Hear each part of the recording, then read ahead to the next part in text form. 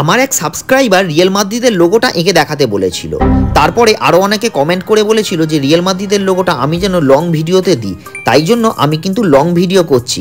দেখো তো তোমাদের ভালো লাগে কি না।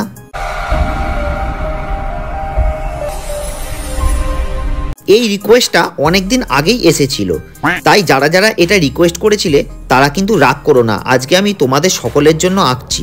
কতটা ভালো আঁকতে পারবো জানি না, তবে যদি তোমাদের ভালো লেগে থাকে তাহলে অবশ্যই তোমরা ভালোবাসা দিও।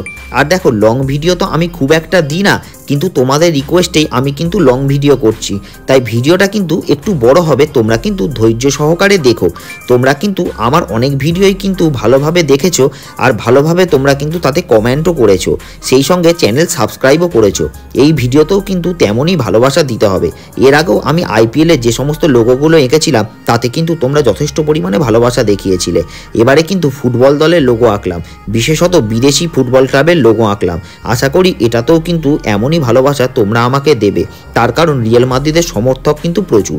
এই ভিডিওর কমেন্টে তোমরা কিন্তু অবশ্যই জানিও যে বিদেশি ফুটবলে কে কোন দলের সমর্থক আর কার কোন খেলা ভালো লাগে। ফুটবল কিন্তু আমার ভীষণ পছন্দের একটা খেলা, তাই জন্য অনেক দিন ধরেই ঠিক করেছিলাম যে এই লোগোটা যারা রিকোয়েস্ট করেছো তাদেরকে খুশি করার জন্য আমাকে আঁকতেই হবে। কিন্তু যেহেতু বড় ভিডিও, তাই এটা কিন্তু অনেকটা সময় লেগে যায়। বিশেষ করে এই মাথার দিকের যে অংশটা ছিল সেটা আঁকতে আমার কিন্তু প্রায় 1 ঘন্টা সময় লেগে গেছে, কারণ এতটাই সূক্ষ্ম কাজ ছিল এর মধ্যে। তবু আমি চেষ্টা করেছি নিজের মতন করে করার। আশা করি তোমাদের ভালো লাগবে।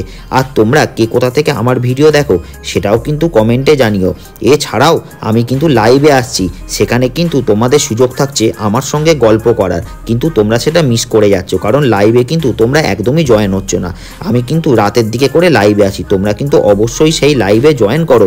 তোমাদের সব কমেন্ট নেব, তোমাদের সকলের সঙ্গে কিন্তু গল্প হবে, অনেক বন্ধুত্ব হবে। আঁকাটা কেমন হয়েছে কমেন্টে জানিও।